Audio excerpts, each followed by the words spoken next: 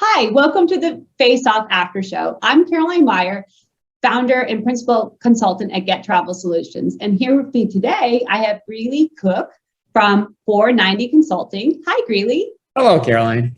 How are you Good today? to see you again. It's good to see you too. Well, I'm really excited to talk about the event we had yesterday, the Face-Off, on the hotel RFP versus alternate options. So from that, we had a few questions that we didn't get to answer during the session. And the goal of today is for us to answer those questions. So the first one that came up really was at the topic of reshopping tools. So what's going on with reshopping tools? Can you give me an idea what your thoughts are around that in the industry now? Yeah, and I think the way that those questions kept coming up, and we had several about reshopping, rate auditing, all these different things, it really came up because I think there's a lack of trust and a lack of visibility in corporations getting their rates from the hotel or their discount, right? Are all those things happening? Are the lowest rates being offered? Are there alternatives beyond a set rate or a dynamic rate? So because of some of these challenges, we've seen the proliferation of rate shopping, rate auditing tools. And it clearly came up in the comments. And both Valerie and Megan talked about it, where I think Megan said she uses them. Valerie says, I have no use for them. And I think what that shows is within our industry, there's no one right way or wrong way of doing things. And right? I mean, you have to kind of look at these and figure out what is best for you. Do you need to be doing some rate auditing because you have some sort of complex program? Do you need to be doing some rate shopping? Is that helpful for your company, or do the fees for rate shopping, whether by that provider or the TMC, outweigh any savings you get? So I think there's still a lot of questions about those tools. And maybe the bigger question is, how do you really work with your providers to try to get the right rates the first time during the booking? Right. And I think that we try to talk about that topic, hotel RFP versus the other options. So reshopping tools are part of that other options. That's what I would say. And they've been out there for a long time. So some people use them. And again, like you said, there's audit tools and there are other things that you can do. Then there are also these rate assurance tools. So that's a different way of doing. So some people are doing that instead. They're using the rate assurance tool. So those are ones that sit and watch the rates of all the hotels all the time. So we have rate shopping, rate assurance, rate auditing, reshopping. Yeah. It's like all these different things are coming together. And again, I've seen some of them. Some of my clients have used them. All the different tools, and some are very helpful. And again, others, didn't work for a company for a particular reason. Right. But with the reshopping, what I saw was sometimes people don't like to do reshopping because once someone has booked something, they don't want to touch the booking again because it was just difficult enough to get the booking done. Right. But then there are people who are big fans of this who, it's been a saver for them.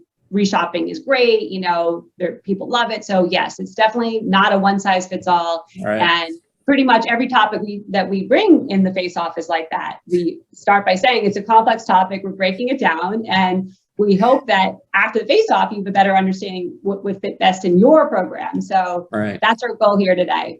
Other than that, we talked about the hotels honoring rates right now and what percentage increase would be fair. That was a question that popped up. The rates have gone up about 30% for hotels. So that definitely has occurred. We talked about that in the session itself. So are the hotels honoring rates? I don't have an answer for that one. Really, do you? Yeah, I think on the question about what will rates do, I think it's unknown right now, because I think, again, you got the supply and demand curves, right? When we go back to economics 101 in college, right? You have the supply and demand lines.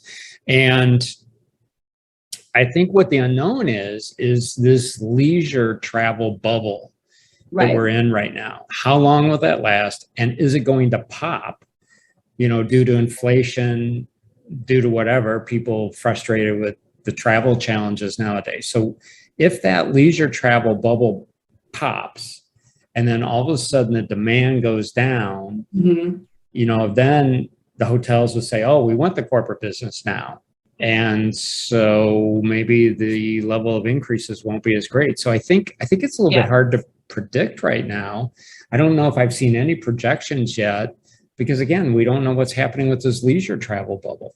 And I call it a bubble because it can't keep going at this pace, I don't think. Yeah, I agree with you. That's just pretty spot on. And then the last thing, the question that popped up was about the staffing shortages at the hotel. And are you including that question in your RFP if you're doing an RFP? So, and that was something I touched on too. I think it's really important that the staffing shortages are addressed.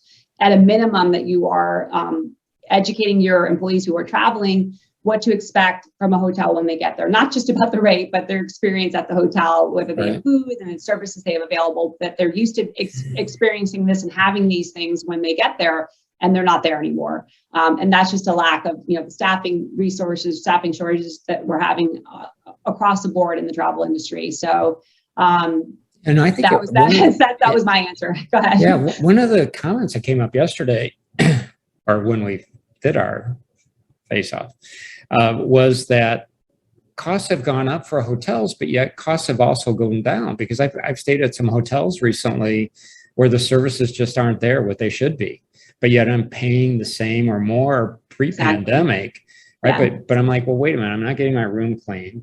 I'm not necessarily getting, like, I've stayed at some of those where they offer the breakfast, and the breakfast isn't as no breakfast anymore, robust as what it used to be, right? So it's like, okay, you're charging me more, but yet I'm getting less. Right. And I think that's what people are having trouble getting their heads around. Exactly. And I think it's important to educate these employees about that, so they don't come back thinking that their company didn't give them a good rate or set them up.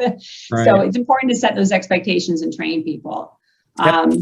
Well, that was it for the questions. I don't have anything on my list. Is there anything outstanding for you, Greeley? No, I think we covered it all. It was a great session, a lot of questions, which means we'll keep going further. That's right. Well, we'll see you in July, and I can't wait for the next face-off. Looking forward to posting that out so people can register and get on, and we'll see you soon. See you soon. Okay, thank you.